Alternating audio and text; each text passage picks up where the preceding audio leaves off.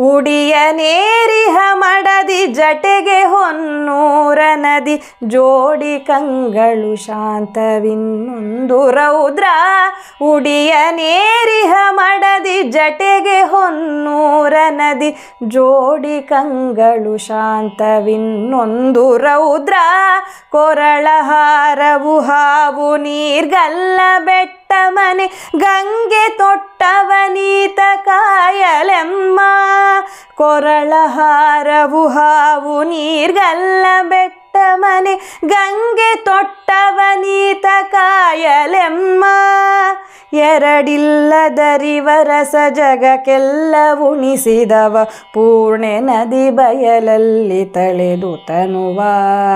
ಎರಡಿಲ್ಲದರಿವರಸ ಜಗಕ್ಕೆಲ್ಲ ಉಣಿಸಿದವ ಪೂರ್ಣೆ ನದಿ ಬಯಲಲ್ಲಿ ತಳೆದು ತನುವ. ತಿಳಿವಿನವ ಬಲು ಜಾಣ ಕವಿ ಮನದ ಮುನಿರಾಜ ಶಂಕೆ ಕಳೆ ಮತಿಯ ಕೊಡು ಶಂಕರಾರ್ಯ. ತಿಳಿವಿನವ ಬಲು ಜಾಣ ಕವಿ ಮನದ ಮುನಿರಾಜ ಶಂಕೆ ಕಳೆ ಮತಿಯ ಕೊಡು ಶಂಕರಾರ್ಯ. ಶಂಕೆ ಕಳೆ ಮತಿಯ ಕೊಡು ಶಂಕರಾರ್ಯ. ಆ ಆ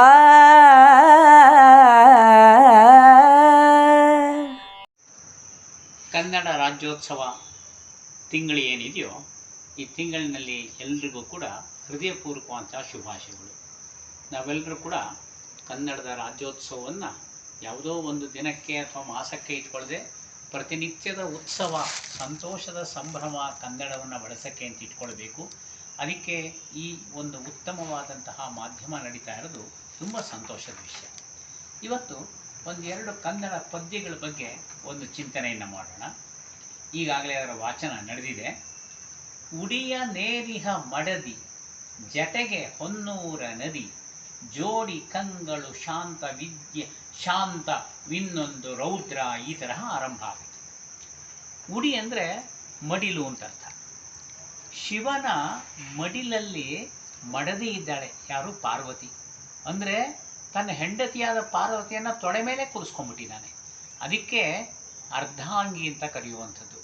ಅದಕ್ಕೆ ಪರಮೇಶ್ವರನನ್ನು ನಾವು ಕರಿಬೇಕಾದ್ರೆ ಅವನನ್ನು ಅರ್ಧನಾರೀಶ್ವರ, ಇಡೀ ದೇಹದಲ್ಲಿ ಅರ್ಧ ಪುರುಷ ಅರ್ಧ ಸ್ತ್ರೀ, ಆ ಪ್ರಕಾರವಾಗಿ ತನ್ನ ಹೆಂಡತಿಗೆ ಅತ್ಯಂತ ಗೌರವ ಸ್ಥಾನವನ್ನು ಕೊಟ್ಟಂತಹ ದೇವ ಅಂದರೆ ಪರಮೇಶ್ವರ. ಅವನು ತಪಸ್ಸಿನಿಂದಾಗಿ ಆ ಶ್ರೇಷ್ಠಳಾದಂತಹ ಪಾರ್ವತಿ ಶಿವನನ್ನು ಪಡ್ಕೊಳ್ತಾಳೆ. ಹಾಗಾಗಿ ಅಂತಹ ತಪಸ್ವಿನಿಯಾದಂತಹ ಮಡದಿಯನ್ನು ಶಿವ ತನ್ನ ತೊಡೆ ಮೇಲೆ ಕೂರಿಸ್ಕೊಂಡ್ಬಿಟ್ಟಿದ್ದಾನೆ.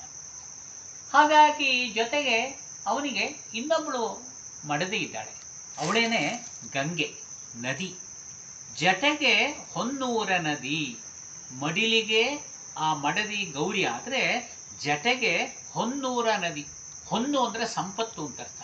ಹಿಮಾಲಯದಿಂದ ಹೊರಟು ಹರಿಯುವಂತಹ ಆ ನದಿಯಲ್ಲಿ ಅನೇಕ ಔಷಧಿಗಳು, ಗಿಡಮೂಲಿಕೆಗಳು, ಅವೆಲ್ಲದರ ಸಂಪತ್ತು ಆ ನದಿಯಲ್ಲಿ ಇದೆಯಂತೆ. ಅಷ್ಟೇ ಅಲ್ಲ, ಶೈಲೆ ಪ್ರತಿಯೊಂದು ಶೈಲದಲ್ಲೂ ಮಾಣಿಕ್ಯ ರತ್ನ ಇಲ್ಲದೆ ಹೋದ್ರೂ ಹಿಮಾಲಯದಂತಹ ಪರ್ವತದಲ್ಲಿ ಮಾಣಿಕ್ಯ ಇರುತ್ತೆ, ರತ್ನ. ಹಾಗಾಗಿ ಹೊನ್ನಿನ ಊರು ಆ ಹಿಮಾಲಯ. ಅಲ್ಲಿಂದ ಹರಿಯುವಂತಹ ನದಿ ಅದು. ಆ ನದಿ ತನ್ನ ಜಟೆ ಮೇಲೆ ಅಲಂಕರಿಸಿದೆ. ಇವನಿಗೆ ಜೋಡಿ ಕಂಗಳು, ಎರಡು ಕಣ್ಣುಗಳು. ಒಂದು ಶಾಂತ, ಇನ್ನೊಂದು ರೌದ್ರ. ಎಲ್ಲ ಸತಿನೂ ಕೂಡ ಶಾಂತವಾಗಿ ಇರ್ತೀನಿ ಅಂತಂದರೆ ಅದರಲ್ಲಿ ಏನೂ ತೇಜಸ್ಸಿರಲ್ಲ. ಯಾವಾಗಲೂ ರೌದ್ರ ಅಂದು ಕೂಡ ಅದರಲ್ಲಿ ಏನೂ ಸ್ವಾರಸ್ಯ ಇರಲ್ಲ. ಶಾಂತವು ಒಂದು, ರೌದ್ರವು ಇನ್ನೊಂದು. ಯಾವ್ಯಾವ ಸಂದರ್ಭದಲ್ಲಿ ಯಾವ್ಯಾವ ಕಣ್ಣಿನ ಬಳಕೆಯನ್ನು ಮಾಡ್ಕೋಬೇಕೋ ಆ ಪ್ರಕಾರ ಮಾಡುವಂತಹ ಪರಮೇಶ್ವರ. ಅವನ ಕೊರಳಿನಲ್ಲಿ ಹಾರವಾಗಿ ಹಾವಿದೆ. ಹಾವು ಸಾಮಾನ್ಯವಾಗಿ ನಾವೆಲ್ಲ ಕೂಡ ವಿಷ ಅಂತ ಅಂದ್ಕೊಂಡ್ಬಿಡ್ತೀವಿ. ಆದರೆ ಪರಮೇಶ್ವರ ಅವನು ವಿಷಕಂಠ. ವಿಷವನ್ನೇ ತನ್ನ ಕುತ್ತಿಗೆಯಲ್ಲಿ ಕಂಠದಲ್ಲಿ ಧರಿಸಿರೋದ್ರಿಂದಾಗಿ ಅವನಿಗೆ ಹಾವು ಯಾವ ಥರನೂ ಮಾಡೋದಿಲ್ಲ. ಹಾವುಗಳೆಲ್ಲ ಕೂಡ ನಿಯಂತ್ರಣದಲ್ಲಿರ್ತವೆ. ಅಂದರೆ ಅಮೃತ ಇರಲಿ ವಿಷ ಇರಲಿ ಎಲ್ಲದನ್ನು ಯಾವ್ಯಾವ ಕಡೆಗೆ ಕೊಡಬೇಕು ಅನ್ನುವಂತಹ ಚಿಂತನೆ ಅವನಿಗಿದೆ. ಹಾಗಾಗಿ ಕೊರಳ ಹಾರವು ಹಾವು. ಇವನ ಮನೆ ಯಾವುದು ಅಂದರೆ ನೀರ್ಗಲ್ಲ ಬೆಟ್ಟವೇ ಇವನ ಮನೆ. ಹಿಮದಿಂದ ತುಂಬಿರುವಂತಹ ನೀರ್ಗಲ್ಲಿನ ಹಿಮಾಲಯ ಇದೆಯಲ್ಲ, ಅದೇ ಅವನ ಮನೆ. ಅಂದರೆ ಎಲ್ಲ ಸರ್ತಿನೂ ಕೂಡ ಶಾಂತವಾದಂತಹ ಸ್ವಭಾವ ಹೊಂದಿರುವಂತಹ ವ್ಯಕ್ತಿ, ಸದಾ ಕಾಲದಲ್ಲೂ ಧ್ಯಾನಮಗ್ನಾಗಿರೋನು, ಅವನು ಹಿಮಾಲಯದ ಆ ಗುಹೆಗಳಿದೆಯಲ್ಲ, ಆ ಗುಹೆಗಳನ್ನೇ ಮನೆಯನ್ನಾಗಿ ಮಾಡ್ಕೊಂಡಿದ್ದಾನೆ.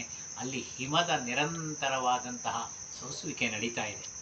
ಗಂಗೆ ತೊಟ್ಟವ ನೀತ, ಇವನು ಗಂಗೆಯನ್ನೇ ತಲೆ ಮೇಲೆ ಇಟ್ಕೊಂಡಿದ್ದಾನೆ. ಅಂತಹ ಪರಮೇಶ್ವರನು ಕಾಯಲಿ ಎಮ್ಮನು, ನಮ್ಮೆಲ್ಲರನ್ನು ಕೂಡ ಕಾಯಲಿ, ಅವನು ನಮ್ಮೆಲ್ಲರನ್ನು ಕೂಡ ರಕ್ಷಿಸಲಿ. ಪರಮೇಶ್ವರ ಅವನು ಲಯಕರ್ತನಾದರೂ ಕೂಡ ನಮ್ಮೆಲ್ಲರನ್ನು ಕೂಡ ಅನುಗ್ರಹಿಸ್ತಾನೆ ಅನ್ನುವಂಥದ್ದು ಈ ಪದ್ಯದ ತಾತ್ಪರ್ಯ ಆಗಿದೆ.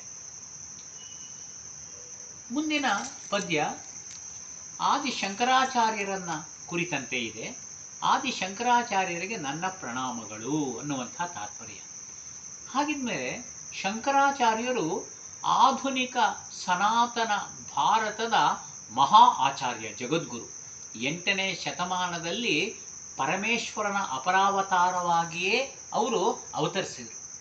ಅವತರಿಸಿದ ಮೇಲೆ ಅವ್ರು ಏನು ಮಾಡಿದ್ರು ಅಂದರೆ, ಯಾವ ಉಪನಿಷತ್ತುಗಳ ಶ್ರೇಷ್ಠವಾದ ಸಂದೇಶ ಇತ್ತು ಆ ಸಂದೇಶವನ್ನು ಎಲ್ಲರಿಗೂ ಕೂಡ ಸರಳವಾಗಿ ತಿಳಿ ಹೇಳಿದರು.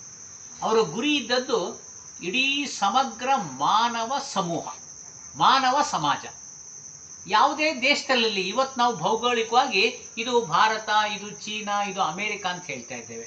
ಆದರೆ 8ನೇ ಶತಮಾನದಲ್ಲಿ ಇದ್ದಂತಹ ಅವರಿಗೆ ಈ ಭೂಮಿಯಲ್ಲಿ ಇರುವಂತಹ ಏನು ಮಾನವ ಜನಾಂಗ ಇದೆಯೋ ಆ ಮಾನವ ಜನಾಂಗಕ್ಕೆ ಶ್ರೇಷ್ಠವಾದ ಸಂದೇಶವನ್ನು ಕೊಟ್ಟರು.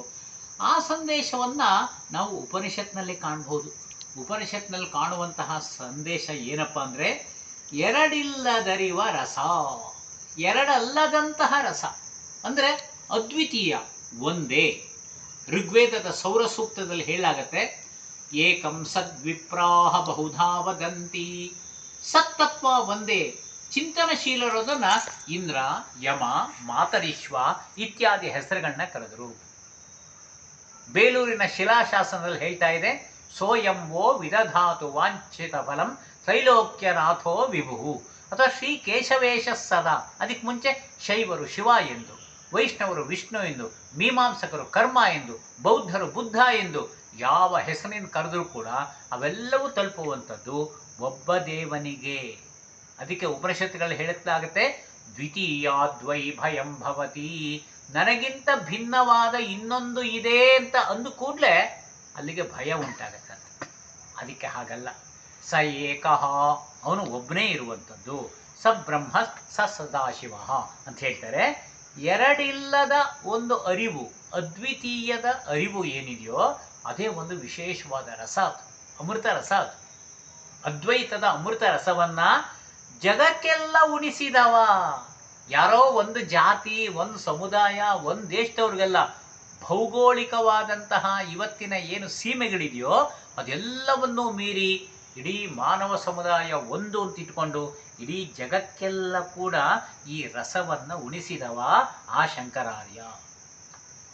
ಹುಟ್ಟಿದ್ದೇನೆ ಪೂರ್ಣಾ ನದಿ. ಇವರು ತಿಳಿಸಿದ್ದು ಪೂರ್ಣತೆಯ ತತ್ವ. ಇವರು ಹುಟ್ಟಿದ್ದು ಪೂರ್ಣಾ ನದಿ. ಇವರ ಜೀವನ ಪೂರ್ಣತ್ವದ ಸಂಕೇತ. ಹಾಗಾಗಿ ಪೂರ್ಣಾ ನದಿಯ ಬಯಲಲ್ಲಿ ತಳೆದು ಅಲ್ಲಿ ಅವತಾರವನ್ನು ಮಾಡಿ ಅವರು ತಿಳಿವಿನವ ಬಲು ಜಾಣ. ತಿಳಿವಿನಲ್ಲಿ ಅವರು ತುಂಬ ಜಾಣರು, ತುಂಬ ಶ್ರೇಷ್ಠರಾದಂತಹ ಒಂದು ವಿಭೂತಿ ಪುರುಷರು. ಇವತ್ತಿನ ದಿವಸ ನಾವು ಇಂಗ್ಲೀಷಲ್ಲಿ ಚೈಲ್ಡ್ ಪ್ರಾಡಿಗಿ ಅಂತ ನಾವು ಹೇಳ್ತೇವೆ. ಅಂದರೆ ಶೈಶವದಲ್ಲೇ ಅತಿ ವಿಶಿಷ್ಟವಾದಂತಹ ಒಂದು ಪ್ರದರ್ಶನ ಅಥವಾ ಪವಾಡವನ್ನು ತೋರಿಸ್ತವ್ರು ಅಂತ. ಇವ್ರ ಪವಾಡ ಅಂದರೆ ಇನ್ನೇನೋ ಮಾಡಿಬಿಡ್ತೀವಿ ಅನ್ನೋಂಥ ಪವಾಡ ಅಲ್ಲ. ಎಲ್ಲರೂ ಒಂದು ಅನ್ನುವಂತಹ ಚಿಂತನೆ ಕೇವಲ ಬಾಯಲ್ಲಿ ಹೇಳುವಂಥದ್ದಲ್ಲ. ನಿಜವಾಗಿ ನೀವು ಯೋಚನೆ ಮಾಡಿ, ನೀವು ಜಾಗೃತ ಅವಸ್ಥೆಯಲ್ಲಿ ಹೇಗಿರ್ತೀರಾ, ಸ್ವಪ್ನಾವಸ್ಥೆಯಲ್ಲಿ ಹೇಗಿರ್ತೀರಾ, ಸುಷುಪ್ತಿ ಅವಸ್ಥೆಯಲ್ಲಿ ಹೇಗಿರ್ತೀರಾ? ಒಳಗಡೆ ಚೈತನ್ಯ ಅನ್ನೋದು ಎಲ್ಲ ಅವಸ್ಥೆಯಲ್ಲೂ ಕೂಡ ಇದ್ದೇ ಇರುತ್ತೆ. ಹಾಗಾಗಿ ಇಡೀ ಮಾನವ ಸಮುದಾಯ ಒಂದು ಅಂತ ಏನು ಹೇಳಿದ್ರೋ ಅಂತಹ ತಿಳಿವನ್ನು ನೀಡಿದಂತಹ ಬಲು ಜಾಣ, ಬಹಳ ಶ್ರೇಷ್ಠನಾದಂತಹ ಪ್ರತಿಭಾವಂತ ಇವರು. ಸಾಮಾನ್ಯವಾಗಿ ಬುದ್ಧಿವಂತರು ಅಂತಿರುವಾಗ ಆ ಬುದ್ಧಿ ಅನ್ನೋದು ಸಾಮಾನ್ಯವಾಗಿ ಒಣ ಬುದ್ಧಿ ಆಗಿಬಿಡುತ್ತೆ, ಶುಷ್ಕ ಬುದ್ಧಿ ಅಂದ್ಬಿಟ್ಟು. ಶಾಸ್ತ್ರ ಅಂತ ನಮ್ಮಲ್ಲಿ ಕರಿತೇವೆ. ನ್ಯಾಯ, ತರ್ಕ, ವ್ಯಾಕರಣ ಇತ್ಯಾದಿ ಶಾಸ್ತ್ರಗಳು. ಅವುಗಳನ್ನ ಓದ್ತಾ ಓದ್ತಾ ಓದ್ತಾ ಓದ್ತಾ ಹೋದರೆ ಎಲ್ಲದನ್ನು ಪ್ರಶ್ನೆ ಮಾಡ್ತಾ ಮಾಡ್ತಾ ಮಾಡ್ತಾ ಬರೀ ಶುಷ್ಕವಾದ ಪಾಂಡಿತ್ಯನಪ್ಪ ಅಂತ ಅನ್ನಿಸ್ಬಿಡೋದು, ತರ್ಕ ಅಂತ ಆಗ್ಬಿಡುತ್ತೆ. ಆದರೆ ಶಂಕರಾಚಾರ್ಯರ ಆ ಶಾಸ್ತ್ರ ಪಾಂಡಿತ್ಯ ಇತ್ತಲ್ಲ, ಅವರು ತರ್ಕವನ್ನೂ ಅಭ್ಯಾಸ ಮಾಡಿದರು, ವ್ಯಾಕರಣವನ್ನೂ ಅಭ್ಯಾಸ ಮಾಡಿದರು. ಆದರೆ ಆ ಶುಷ್ಕ ಆಗಲಿಲ್ಲ. ಅದು ನಿಜವಾಗಿ ಇವರ ಕವಿಯ ಮನಸ್ಸು ಕೂಡ ಅವ್ರ ಜೊತೆಲಿತ್ತು. ಪಂಚತಂತ್ರದಲ್ಲಿ ಹೇಳಬೇಕಾದ್ರೆ ಕಾವ್ಯಶಾಸ್ತ್ರ ವಿನೋದೇನ ಕಾಲೋ ಗಚ್ಚತಿ ಧೀಮತಾಂ ಅಂತ ಹೇಳ್ತಾರೆ. ಕಾವ್ಯ, ಶಾಸ್ತ್ರ, ವಿನೋದ ಇವುಗಳಿಂದ ಬುದ್ಧಿವಂತರ ಕಾಲ ಅನ್ನೋದು ಕಳೀತಾ ಹೋಗುತ್ತೆ ಅನ್ನುವಂಥದ್ದನ್ನು ಹೇಳಿದ್ದಾರೆ. ಹಾಗೆ ಕಾವ್ಯವನ್ನು ಓದಿ ಕಾವ್ಯದ ರಸಾನುಭೂತಿಯನ್ನು ಪಡೆದು ತುಂಬ ಸಂತೋಷವಾಗಿರಬೇಕು. ಶಾಸ್ತ್ರವನ್ನು ಓದೋದ್ರ ಮೂಲಕವಾಗಿ ಬುದ್ಧಿಯ ತೀಕ್ಷ್ಣತೆ ಉಂಟಾಗಬೇಕು. ವಿನೋದದ ಮೂಲಕವಾಗಿ ಒಂದು ಅತ್ಯಂತ ರಸಮಯವಾದ ಸನ್ನಿವೇಶದಲ್ಲಿರಬೇಕು. ಕಾವ್ಯ, ಶಾಸ್ತ್ರ, ವಿನೋದ ಈ ಮೂರು ಕೂಡ ಸಮರಸವಾಗಿ ಬಾಳಬೇಕು ಅನ್ನೋದು ಪಂಚತಂತ್ರದ ಏನು ಸಂದೇಶ ಇದೆಯೋ ಆ ಪ್ರಕಾರವಾಗಿ ಈ ಮುನಿಗಳಲ್ಲಿ ರಾಜರಾದಂತಹ ಈ ಶಂಕರಾಚಾರ್ಯರು ಕವಿಯ ಮನಸ್ಸನ್ನು ಹೊಂದಿರುವಂಥವ್ರು. ಆ ತರಹ ಮುನಿರಾಜ. ಮುನಿ ಅಂದರೆ ಮೌನಾತ್ ಮುನಿಹಿ ಅಂದ್ಬಿಟ್ಟು, ಯಾರು ಮೌನದ ವ್ರತವನ್ನು ಧರಿಸ್ತಾರೋ ಅವರು ಮುನಿ.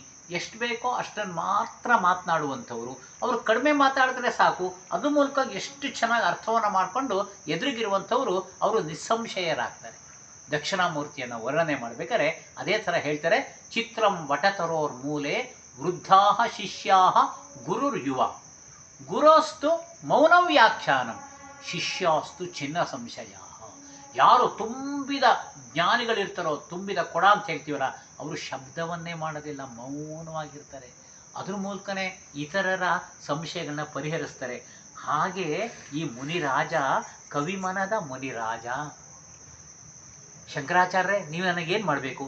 ಶಂಕೆ ಕಳೆ, ನನ್ನ ಸಂಶಯಗಳು ಜೀವನದಲ್ಲಿ ಏನಿದೆಯೋ ಅವನ್ನೆಲ್ಲ ದೂರ ಮಾಡು. ಶಂಕೆಗಳನ್ನು ಕಳೆ ಅಂದರೆ ದೂರ ಮಾಡು.